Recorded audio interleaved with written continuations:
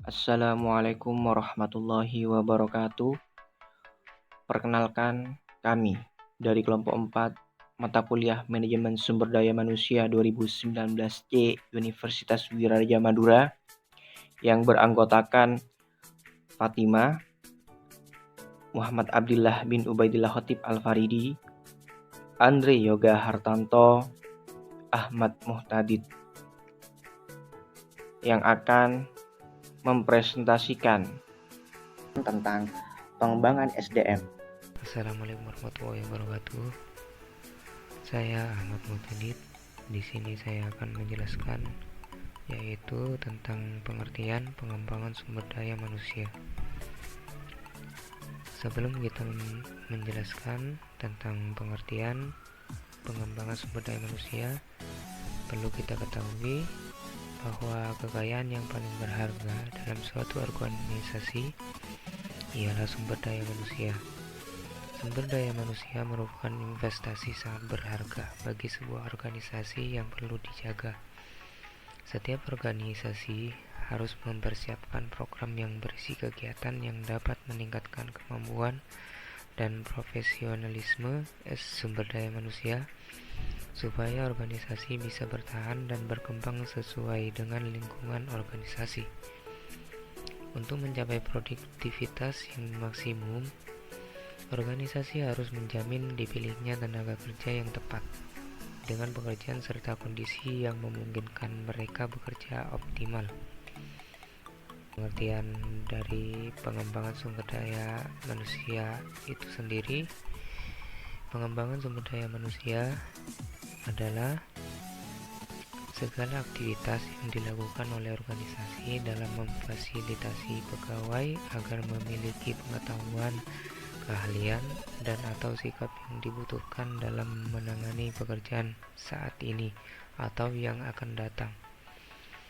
Aktivitas yang dimaksud tidak hanya pada aspek pendidikan dan pelatihan saja, akan tetapi menyangkut aspek karir dan pengembangan organisasi.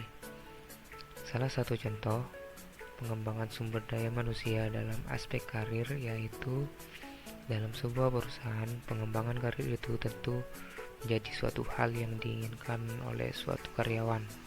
Karena pada umumnya, semakin tinggi sebuah jabatan, maka semakin sejahtera juga kehidupannya. Bayangkan jika perusahaan tidak melakukan proses pengembangan karir, pasti karyawan akan pindah dan justru merugikan perusahaan itu sendiri karena harus sering melakukan rekrutmen. Hal tersebut juga berlaku dengan pengembangan organisasi. Jika sebuah organisasi ingin mencapai tujuan tertentu, maka yang harus dilakukan dalam organisasi tersebut yaitu dengan meningkatkan kualitas anggotanya. Sekian dari penjelasan saya. Selebihnya akan dilanjutkan oleh teman kami. Di sini saya akan melanjutkan pembahasan materi yang telah dijelaskan oleh rekan saya tadi tentang pengembangan sumber daya manusia, di mana pengembangan sumber daya manusia ini memiliki tujuan secara umum. Dengan tujuannya itu untuk memastikan bahwa organisasi mempunyai orang-orang yang berkualitas sehingga dapat mencapai tujuan organisasi dan dapat meningkatkan kinerja pertumbuhannya. Pengembangan sumber daya manusia ini memiliki 10 tujuan. Yang pertama, meningkatkan produktivitas kerja, di mana pengembangan yang dirancang dengan baik akan membantu meningkatkan produktivitas, kualitas, dan kuantitas. Ini disebabkan karena meningkatnya technical skill, human skill, dan managerial skill karyawan yang bersangkutan. Nomor 2, mencapai efisiensi, di mana efisiensi ini memiliki sumber-sumber daya organisasi akan terjaga apabila program pengembangan dilaksanakan sesuai dengan kebutuhannya. Nomor 3, meminimalisir kerusakan. Dengan adanya program ini, pengembangannya sangat baik, maka tingkat kerusakan pun atau barang produksi dan mesin-mesin dapat diminimalisir karena pegawai akan semakin terampil dalam melaksanakan tugasnya. Nomor 4, mengurangi kecelakaan. Dengan meningkatnya keahlian atau kecakapan pegawai dalam melaksanakan tugas, maka tingkat kecelakaan pun akan dapat diminimalisir. Nomor 5. Meningkatkan pelayanan. Pelayanan ini merupakan salah satu nilai jual organisasi atau perusahaan. Oleh karena itu, salah satu tujuan pengembangan SDM ini adalah untuk meningkatkan kemampuan pegawai dalam memberikan layanan kepada konsumennya, agar konsumen itu merasa dengan pelayanannya. Nomor 6. Memelihara moral pegawai. Moral pegawai ini diharapkan akan lebih baik karena dapat memberikan kesempatan kepada pegawai untuk mengikuti program pengembangan pegawai. Maka, pengetahuan dan keterampilan diharapkan sesuai dengan pekerjaannya, sehingga antusiasme pegawai untuk menyelesaikan pekerjaan yang meningkat. 7. Meningkatkan peluang karir. Karena pada umumnya promosi didasarkan pada kemampuan dan keterampilan pegawai, maka kesempatan pegawai yang telah mengikuti program pengembangan ini untuk meningkatkan karirnya akan semakin terbuka, dengan karena keahlian dan kemampuannya akan menjadi lebih baik. 8. Meningkatkan kemampuan konseptual, di mana tentang ini pengembangan ditunjukkan pula untuk meningkatkan kemampuan konseptual seorang pegawai. Dengan kemampuan yang meningkat, maka diharapkan pengembalian keputusan atas suatu persoalan akan menjadi lebih mudah dan akurat. Nomor 9. Meningkatkan kepemimpinan, di mana human relation ini adalah salah satu aspek yang menjadi perhatian dalam program pengembangannya. Dengan meningkatkan kemampuan human relation, maka diharapkan hubungan baik ke atas, ke bawah, maupun ke samping akan lebih mudah dilaksanakan. Terakhir ke-10, peningkatan balas jasa. Prestasi kerja pegawai yang telah mengikuti program pengembangan diharapkan akan lebih baik saling dengan meningkatkan prestasi kerja pegawai. Maka, balas jasa atas prestasinya pun akan semakin baik pula. Baik, saya akan lanjut menjelaskan tentang ruang lingkup pengembangan SDM. 1. Ruang lingkup pengembangan SDM di dalam suatu organisasi atau institusi mencakup 3 pokok kegiatan yang saling berkaitan, yakni A. Perencanaan sumber daya manusia. B. Pendidikan dan pelatihan sebagai upaya pengembangan sumber daya manusia. C. Pengelolaan sumber daya manusia.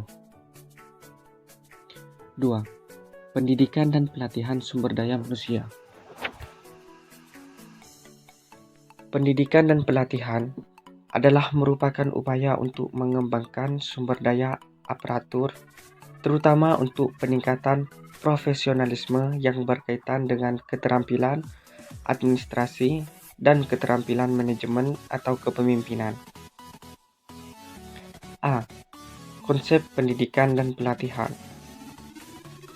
Menurut Pandodo dan Husman, pendidikan merupakan usaha kegiatan untuk meningkatkan pengetahuan umum seseorang, termasuk di dalamnya teori untuk memutuskan persoalan-persoalan yang menyangkut kegiatan pencapaian tujuan. Sedangkan latihan merupakan kegiatan yang memperbaiki kemampuan kerja melalui pengetahuan praktis dan penerapannya dalam usaha pencapaian tujuan. B. Tujuan pendidikan dan pelatihan.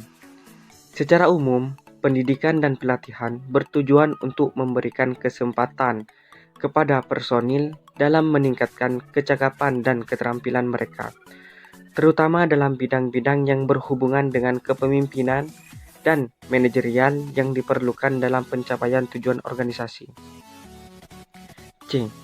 Manfaat pendidikan dan pelatihan. Shimamura menyebutkan manfaat-manfaat yang diperoleh dari diadakannya pendidikan dan pelatihan atau diklat, yaitu 1. Meningkatkan kualitas dan kuantitas produktivitas. 2. Mengurangi waktu belajar yang diperlukan karyawan untuk mencapai standar-standar kinerja yang ditentukan. 3. Menciptakan sikap loyalitas dan kerjasama yang lebih menguntungkan. 4. Memenuhi persyaratan perencanaan sumber daya manusia. 5. Mengurangi jumlah dan biaya kecelakaan kerja. 6. Membantu karyawan dalam peningkatan dan pengembangan pribadi mereka.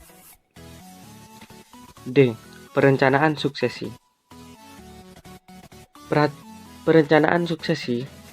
Dalam tahap ini, organisasi menentukan rencana penggantian jabatan baik jangka pendek maupun jangka panjang, karena adanya kemungkinan pensiun, rotasi, promosi, keluar, meninggal, dan sebagainya. 1. Penilaian kebutuhan pengembangan. Dalam tahap ini, organisasi dapat melakukannya melalui Training Net Assessment atau TNA yang akan dijelaskan pada pembahasan selanjutnya. 3. Perencanaan pengembangan. Melakukan rencana pengembangan, baik pengembangan secara organisasional maupun pengembangan terhadap SDM secara individual. 3. Metode pengembangan. Pada dasarnya, ada dua pendekatan untuk mengembangkan SDM, yaitu pengembangan pada pekerjaan dan pengembangan di luar pekerjaan. 4. Evaluasi keberhasilan pengembangan. Kami dari kelompok 4 Manajemen Sumber Daya Manusia 2019C mengucapkan banyak terima kasih kepada seluruh teman-teman yang telah sudi menonton video kami sampai akhir. Dan jangan lupa untuk teman-teman yang sudah menonton, klik tombol like dan subscribe karena subscribe itu gratis. Sekian dari kami, kurang lebihnya mohon maaf. Wassalamualaikum warahmatullahi wabarakatuh.